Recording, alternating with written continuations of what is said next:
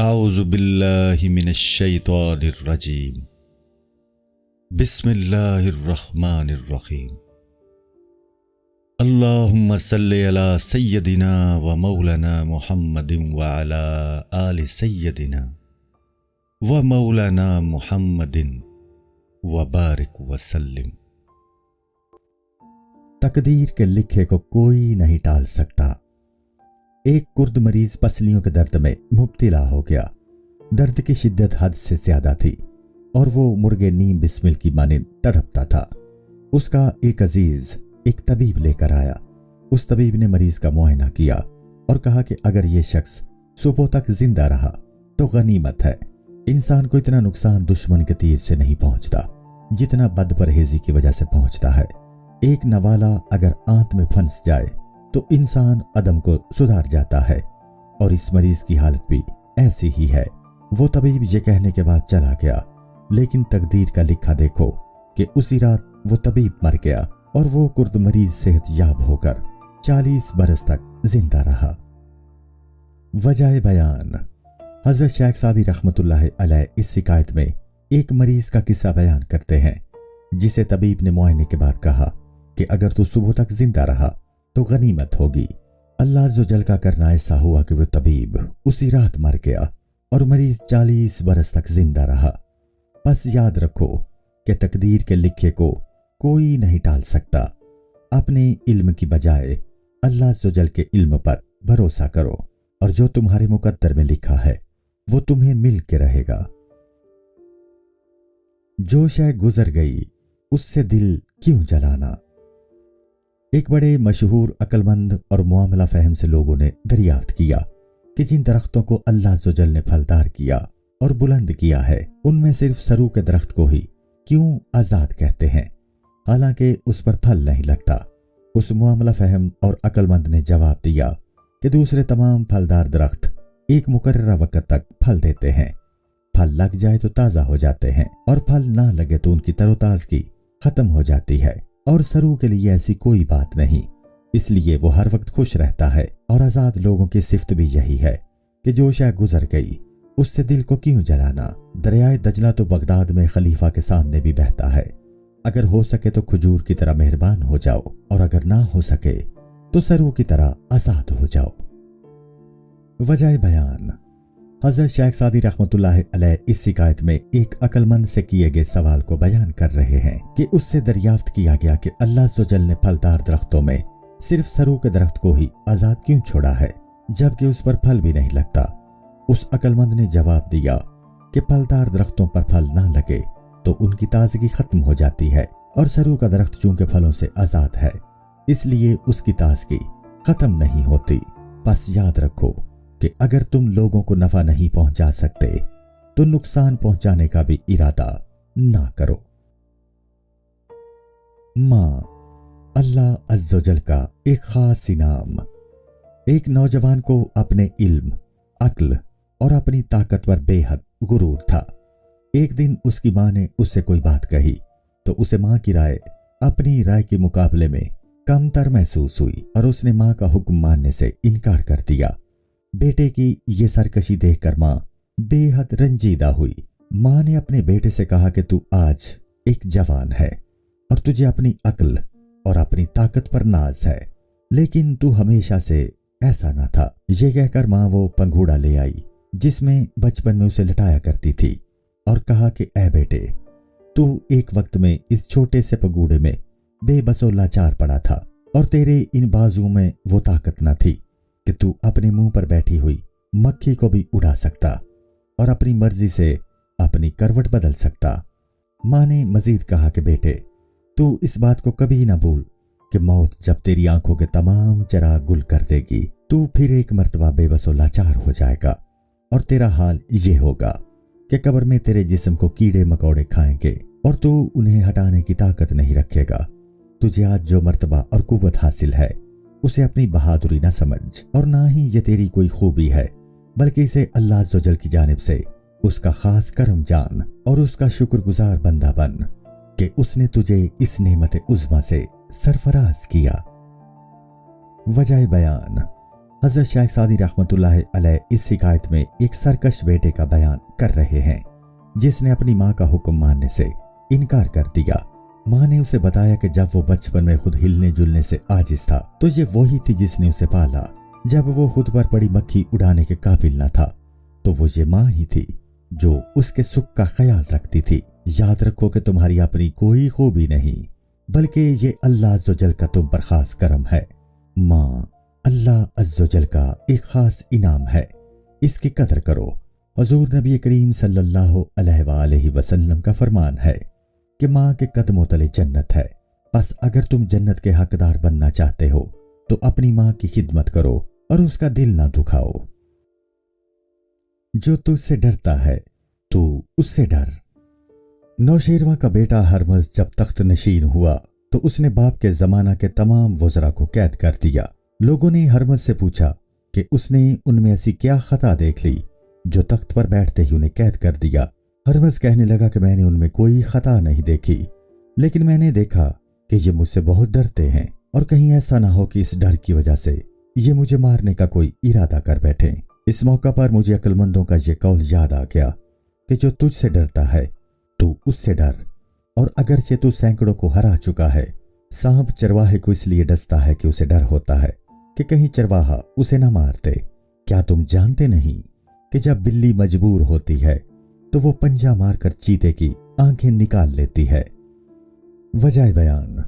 حضرت شیخ سعدی رحمتullah علیہ اس حکایت میں نوشیروان کے بیٹے ہرمز کا قصہ بیان کر رہے ہیں جس نے تخت نشین ہوتے ہی تمام وزراء کو قید کر دیا۔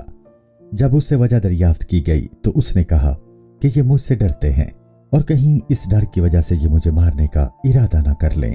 داناؤں کا قول ہے کہ جو تجھ سے ڈرتا ہے تو اس سے ڈر، بس عقل مندی اسی میں ہے کہ مستقبل کے واقعات کا اندازہ کر کے پیش قدمی کر لی جائے تاکہ نقصان اٹھانا نہ پڑے۔ نگاہ کا قصور۔ ایک شخص نیکی کے راستے پر گامزن تھا، مگر جب شامت اعمال ہو تو کیا کہنا، اس کا دل ایک حسین کی جانب مائل ہو گیا اور اس کا یہ حال ہو گیا کہ وہ ہر وقت اس کی یاد میں بے قرار اور اشکبار رہنے لگا۔ ایک دن حکیم بقرات نے جب اس شخص کی یہ حالت دیکھی تو لوگوں سے دریافت کیا کہ اسے کیا ہو گیا۔ لوگوں نے حکیم بقرات کو اس کی حالت سے آگاہ کیا کہ یہ بدبخت عشق میں مبتلا ہو گیا ہے اور اس عشق نے اس کی یہ حالت بنا دی ہے۔ حکیم بقرات نے جب لوگوں کی بات سنی تو اس عاشق سے کہا کہ کیا تجھے قدرت کے شاہکاروں میں سے ایک شاہکار پسند آیا اور تو اپنی عقل گنوا بیٹھا؟ یہ تو تیری نگاہ کا قصور ہے۔ اگر تو حقیقی نگاہ سے دیکھے تو ایک دن کے بچے میں بھی بے پناہ حسن ہوتا ہے۔ حق شناس تو ایک اونٹ میں بھی وہی جلوہ دیکھتا ہے جو سطح بینوں کو چین کی خوبرو عورتوں میں نظر آتا ہے۔ وجہ بیان۔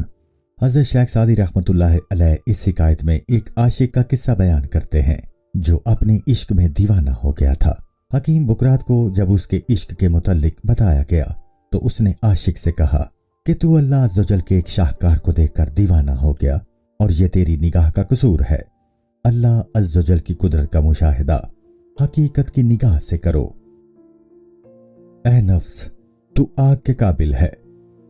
مشہور بزرگ حضرت باجزید بستامی رحمتullah علیہ عید کی صبح غسل کر کے حمام سے باہر تشریف لائے تو کسی نے تشت میں بری ہوئی خاک بالا خانے سے آپ کے اوپر پھینک دی۔ اس کی یہ حرکت بہت تکلیف دہ تھی، لیکن آپ نے اپنے دونوں ہاتھ خاک سے جاڑے اور فرمایا کہ اے نفس، تو آگ کے قابل ہے، پھر اس خاک سے کیوں مشتعل ہوتا ہے؟ حضرت شیخ سعدی رحمتullah علیہ اس حکایت کو بیان کرتے ہوئے فرماتے ہیں کہ جو خود بھی ہو وہ خدا بھی نہیں ہو سکتا، اور اللہ عز و جل کے نیک بندے کبھی خود پر متوجہ نہیں ہوتے، اور جو اپنی ذات کی نفی کرتا ہے، عاجزی اختیار کرتا ہے، وہی بلند مرتبہ کا حامل ہوتا ہے، اور غرور انسان کو خاک میں ملا دیتا ہے۔ وجہ بیان۔ حضرت شیخ سعدی رحمتullah علیہ اس حکایت میں حضرت باجزید بستامی رحمتullah تعالی علیہ کے کمال ضبط کو بیان کرتے ہیں اور فرماتے ہیں کہ جو خود بھی ہو وہ خدا بھی نہیں ہو سکتا۔ اللہ عز و جل کے نیک بندے وہی ہیں جو اپنے نفوس پر غلبہ رکھتے ہیں اور کسی بھی قسم کی تکلیف پر کمال ضبط کا مظاہرہ کرتے ہیں۔ بدخواہوں کے ساتھ نیکی۔ کتے کے سیاہ منہ کی مانند ہے۔ ایک وزیر جو کہ اپنے ماتحتوں پر بڑا رحم دل اور مہربان تھا اور ان کے ساتھ بھلائی کا معاملہ رکھتا تھا، بادشاہ وقت کے زیر عتاب آ گیا اور گرفتار ہو کر جیل پہنچا دیا گیا۔ اس کے تمام ماتحتوں نے بادشاہ سے اس کی رہائی کی سفارش کی تو بادشاہ نے اس کی سزا میں نرمی کر دی۔ پھر کچھ اور لوگوں نے بھی اس وزیر کی بادشاہ کے سامنے تعریف کی تو بادشاہ نے اس کی سزا کو ختم کرتے ہوئے اسے رہا کرنے کا حکم دے دیا۔ ایک نیک شخص کو جب اس واقعہ کے متعلق علم ہوا تو اس نے یوں تبصرہ کیا کہ دوستوں کا دل جیتنے کے لیے باپ کے باغ کو بھی فروخت کرنے میں کوئی حرج نہیں، کہ خیر خواہوں کے لیے دیگ پکانی ہو تو گھر کا سامان جلا دینا بھی مناسب ہے، جبکہ بدخواہوں کے ساتھ کی گئی نیکی کتے کے سیاہ منہ کی مانند ہے۔ اللہ عز و جل کے دشمنوں کی تنگ نظر آنکھیں موت کے نیزے میں پرو دینا ہی بہتر ہے۔ وجہ بیان: حضرت شیخ سعدی رحمۃ اللہ علیہ اس شکایت میں ایک نیک وزیر کا قصہ بیان کرتے ہیں جو اپنی ماتحتوں کے ساتھ بھلائی سے پیش آتا تھا۔ پھر جب اس پر بادشاہ کا عتاب نازل ہوا تو اس کے ماتحتوں نے اس کی سفارش کی اور بادشاہ نے اس کی سزا میں تخفیف کر دی۔ یاد رکھو کہ نیکی ضرور کام آتی ہے، خواہ وہ ادنا ہی کیوں نہ ہو۔ چغل خوری ہمارے معاشرے کی ایک بڑی بیماری ہے۔ ایک ضرورت مند ایک بزرگ کی خدمت میں حاضر ہوا اور ان سے مدد کی درخواست کی۔ اس وقت بزرگ کے پاس کچھ نہ تھا۔ انہوں نے اس کی مدد سے معذرت کر لی۔ اس شخص کو ان بزرگ کے اس انکار کا یقین نہیں آیا کہ ان کے پاس اس وقت اس کی مدد کے لیے کچھ نہیں۔ وہ ان کے گھر سے باہر نکلا اور ان بزرگ کو برا بھلا کہنا شروع ہو گیا اور جو منہ میں آتا گیا وہ کہتا چلا گیا۔ اس وقت ان بزرگ کا ایک مرید وہاں سے گزرا۔ اس نے جب اس شخص کو اپنے مرشد کی شان میں گستاخی کرتے اور اول فول بکتے سنا تو وہ مرشد کے پاس گیا اور اس شخص کی گستاخی کے متعلق بتایا۔ ان بزرگ نے اپنے مرید سے کہا کہ اصل تکلیف تو نے پہنچائی ہے، وہ میرے بارے میں جو کہہ رہا تھا میں اس سے واقف نہ تھا، لیکن تو نے مجھے آگاہ کیا کہ وہ میرے متعلق کیا اول فول بک رہا ہے۔ تیری مثال ایسی ہے کہ دشمن نے میری جانب تیر پھینکا اور وہ مجھے نہ لگا اور تو نے وہ تیر اٹھا کر مجھے مار دیا۔ وہ شخص میرا محسن ہے کہ وہ مجھے اول فول بک کر میرے گناہ کم کر رہا تھا، اور اگر قیامت کے دن اللہ عز و جل اس شخص کی گواہی کو قبول کریں گے تو ہو سکتا ہے مجھے دوزخ سے نجات مل جائے۔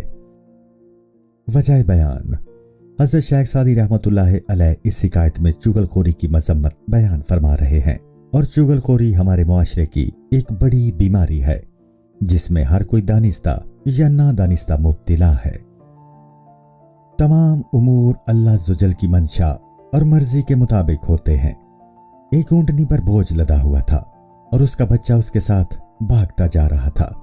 جب وہ تھک گیا تو اس نے ماں سے کہا کہ کچھ دیر کے لیے رک جا تاکہ وہ سستا سکے۔ اونٹنی نے اپنے بچے کی بات سنی تو کہا، اگر میری مہار میرے قبضے میں ہوتی تو یہ بوجھ مجھ پر نہ لادا جاتا۔ وجہ بیان: حضرت شیخ سعدی رحمۃ اللہ علیہ اس شکایت میں ایک اونٹنی کا قصہ بیان کرتے ہیں جو بوجھ لادے بھاگ رہی تھی اور اس کے ساتھ اس کا بچہ بھی تھا۔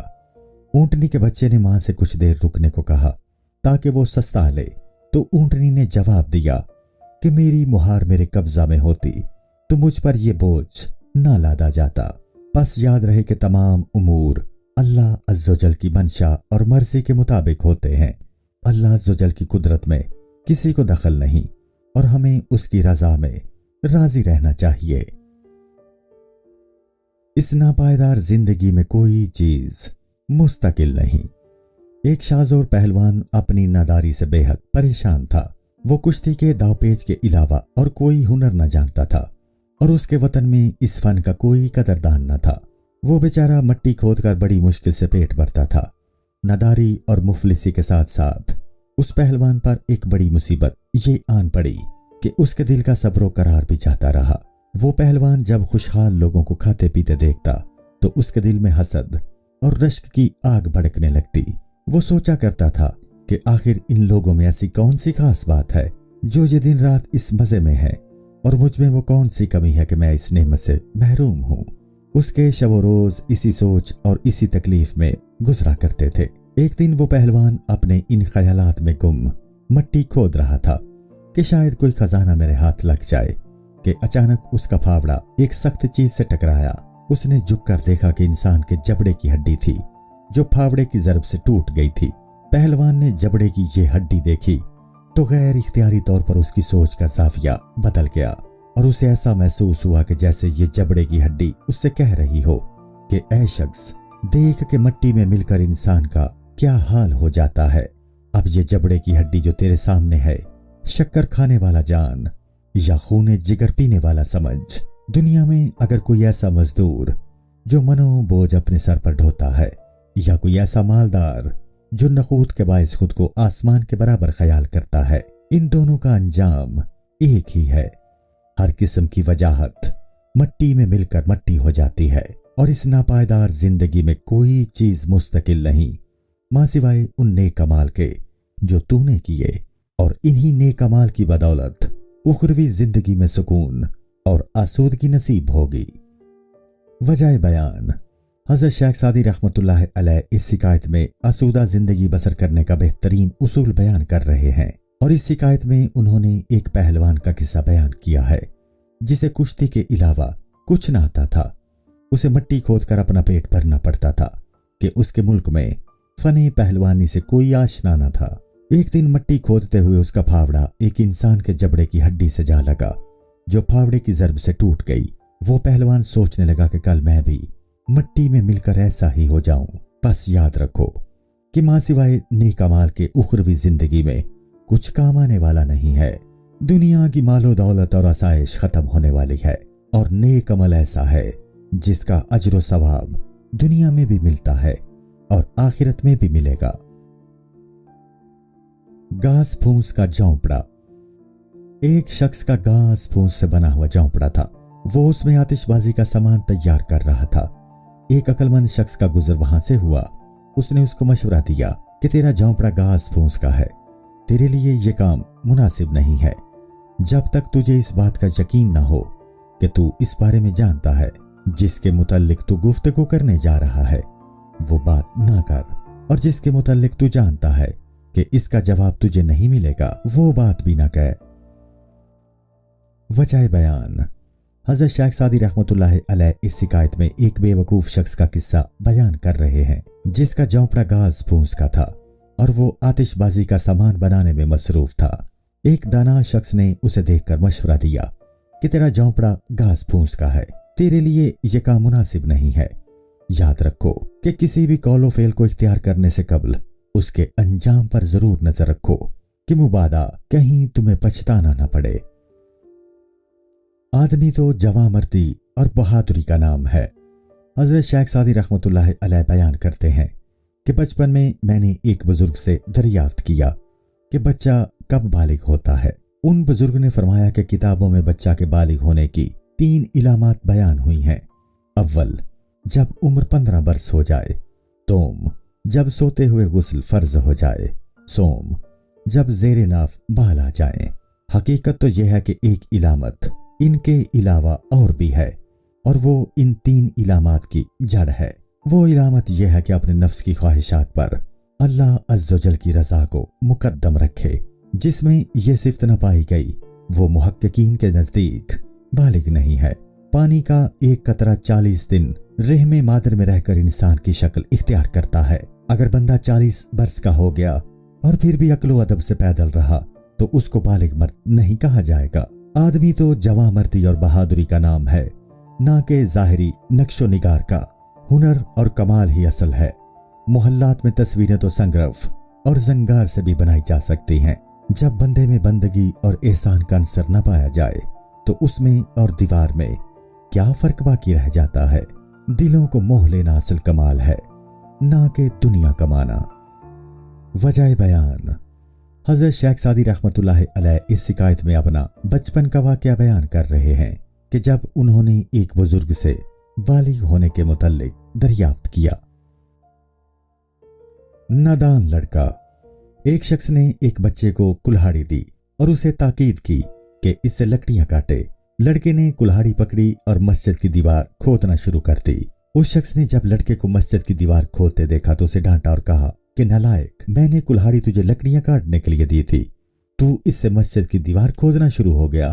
حضرت شیخ سعدی رحمت اللہ علیہ فرماتے ہیں کہ جو لوگ زبان جیسی پاک چیز سے اللہ عز و جل کی حمد و ثنا کی بجائے الٹی سیدھی باتیں کرتے ہیں، ان کی اس نادان لڑکے جیسی حالت ہے۔ وجہ بیان۔ حضرت شیخ سعدی رحمت اللہ علیہ اس حکایت میں بیان کرتے ہیں کہ ایک شخص نے بچے کو کلہاڑی دی تاکہ وہ لکڑیاں کاٹے، مگر اس نادان نے اس سے مسجد کی دیوار کھودنا شروع کر دی۔ جب اس شخص نے لڑکے کو دیکھا تو کہا کہ تجھے میں نے کلہاڑی لکڑیاں کاٹنے کو دی تھی اور تو اس سے مسجد کی دیوار کھودنا شروع ہو گیا۔ یہی حالت زبان کی ہے۔ اللہ عز و جل نے اسے اپنے ذکر کے لیے بنایا ہے اور ہم اس سے غیبت، چغلی اور جھوٹ بولتے ہیں۔ پہلوان کی بے بسی۔ ایک پہلوان لوہے کے پنجے میں اپنا پنجہ پھنسا کر زور لگایا کرتا تھا۔ ایک دن اس نے اپنے دل میں ارادہ کیا کہ میں اپنے پنجوں میں اس قدر قوت پیدا کروں گا کہ شیر کا پنجہ مروڑ سکوں۔ اللہ عز و جل قادر المطلق ہے۔ اس نے ایک دن شیر سے اس پہلوان کا سامنا کروا دیا۔ اس نے اپنی جانب سے پوری کوشش کی کہ کسی طرح شیر کو پچھاڑ دے، مگر کامیاب نہ ہو سکا اور شیر نے اسے گرا لیا۔ ایک عورت اس پہلوان کو بے بسی کی حالت میں دیکھ رہی تھی۔ اس نے کہا کہ اب تو اپنا زور کیوں نہیں دکھاتا جس کا تو دعویٰ کیا کرتا تھا۔ حضرت شیخ سعدی رحمت اللہ علیہ اس حکایت کو بیان کرنے کے بعد فرماتے ہیں کہ عشق مجازی سے رہائی کی کوئی صورت نہیں۔ جب یہ انسان کی عقل پر غالب آ جائے تو اس سے بچنا ناممکن ہو جاتا ہے۔ وجہ بیان۔ حضرت شیخ سعدی رحمت اللہ علیہ اس حکایت میں ایک پہلوان کا قصہ بیان کرتے ہیں کہ اس نے دعویٰ کیا کہ وہ اپنے پنجوں سے شیر کا پنجہ مروڑ دے گا، مگر جب شیر سے اس کا سامنا ہوا تو وہ شیر کو پچھاڑ نہ سکا۔ پس یاد رکھو کہ ایسا دعویٰ ہرگز نہ کرو جس پر تم پورے نہ اتر سکو۔ جب اللہ عز و جل کا حکم آتا ہے تو پھر کسی کا زور نہیں چلتا اور اس کے حکم کو کوئی نہیں ٹال سکتا۔ دانائی کی دلیل۔ ایک شریف النفس دانا شخص بازار سے گزر رہا تھا کہ ایک عقل سے پیدل مست نے راستہ روک کر اس کا گریبان پکڑ لیا اور اس کے منہ پر تھپڑ رسید کر دیے۔ اس شریف النفس نے اس کا یہ تشدد نہایت صبر سے برداشت کیا اور جواب میں اسے جھڑکا تک نہیں۔ ایک شخص جو یہ تماشا دیکھ رہا تھا اس نے اس شریف النفس سے کہا کہ کیا تو مرد نہیں جو بزدلوں کی طرح مار کھاتا رہا؟ اس شریف النفس نے اس کی بات سن کر کہا کہ بھائی، ایسا خیال ہرگز دل میں نہ لا، بلکہ میری طرح اس راز سے آگاہ ہو جا کہ ظلم کرنے سے بہتر ظلم سہنا ہے، اور یہی شرافت و عظمت کی دلیل ہے۔ شریف النفس وہی ہے جو ظلم سہتا ہے اور ظلم نہیں کرتا۔ ظلم کے مقابلے میں نرمی سے پیش آؤ کہ یہی دانائی کی دلیل ہے۔ وجہ بیان۔ حضرت شیخ سعدی رحمت اللہ علیہ اس حکایت میں ایک شریف النفس شخص کا بیان کر رہے ہیں جس کا گریبان ایک مست نے پکڑ لیا اور اس کے منہ پر تھپڑ مارنا شروع کر دیے۔ اس نے یہ تشدد نہایت تحمل سے برداشت کیا۔ ایک شخص نے اس سے کہا کہ تو مرد نہیں جو اس کا یہ ظلم برداشت کیا۔ اس نے ایک شخص نے کہا کہ ظلم کرنے سے بہتر ظلم سہنا ہے، اور یہی شرافت و عظمت کی دلیل ہے۔ پس دانائی اسی میں ہے کہ ظلم کے مقابلے میں نرمی سے پیش آؤ۔ ایک درویش کا قصہ۔ ایک درویش ایک جنگل میں سفر کر رہا تھا۔ اس نے ایک لنگڑی لومڑی کو دیکھا جو بے بسی کی چلتی پھرتی تصویر تھی۔ اس درویش کے دل میں خیال آیا کہ اس لومڑی کے رزق کا انتظام کیسے ہوتا ہوگا جبکہ یہ شکار کرنے کے بھی قابل نہیں ہے۔ درویش ابھی یہ بات سوچ ہی رہا تھا کہ اس نے ایک شیر کو دیکھا جو منہ میں گیدڑ دبائے اس لومڑی کے نزدیک آیا۔ اس نے گیدڑ کے گوشت کا کچھ حصہ کھایا اور باقی وہیں چھوڑ کر چلا گیا۔ لومڑی نے اس باقی کے گوشت میں سے کھایا اور اپنا پیٹ بھرا۔ درویش نے جب سارا ماجرا دیکھا تو اسے اتفاق قرار دیا اور یہ دیکھنے کے لیے کہ یہ لومڑی دوبارہ اپنا پیٹ کیسے بھرے گی وہیں قیام کیا۔ اگلے روز بھی وہی شیر منہ میں گیدڑ دبائے اس جگہ آیا اور اس نے کچھ گوشت کھانے کے بعد باقی ویسے ہی چھوڑ دیا۔ لومڑی نے وہ باقی گوشت کھا لیا اور اپنا پیٹ بھر لیا۔ درویش سمجھ گیا کہ اس کے رزق پہنچانے کا انتظام اللہ کی طرف سے ہے۔ اس نے دل میں فیصلہ کر لیا کہ میں بھی اب اپنے رزق کے لیے کوئی جستجو نہیں کروں گا اور میرا رزق اللہ عز و جل مجھے خود پہنچا دے گا، جس طرح لنگڑی لومڑی کو شیر کے ذریعے رزق پہنچا رہا ہے۔ درویش یہ فیصلہ کرنے کے بعد ایک جگہ جا کر اطمینان سے بیٹھ گیا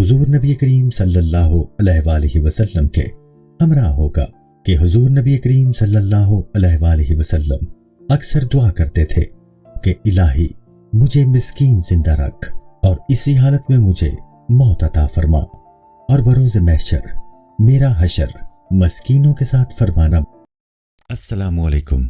پوری کتاب دیکھنے کے لیے ہمارے یوٹیوب چینل صوفی سما کی پلے لسٹ میں جائیں۔ یہاں آپ کو مختلف بزرگوں کی کتابیں ملیں گی، اور جو کتاب پوری نہ ہوئی اس پر کام تیزی سے ہو رہا ہے اور ریگولر بیسس پر اپلوڈ ہوتی رہتی ہیں۔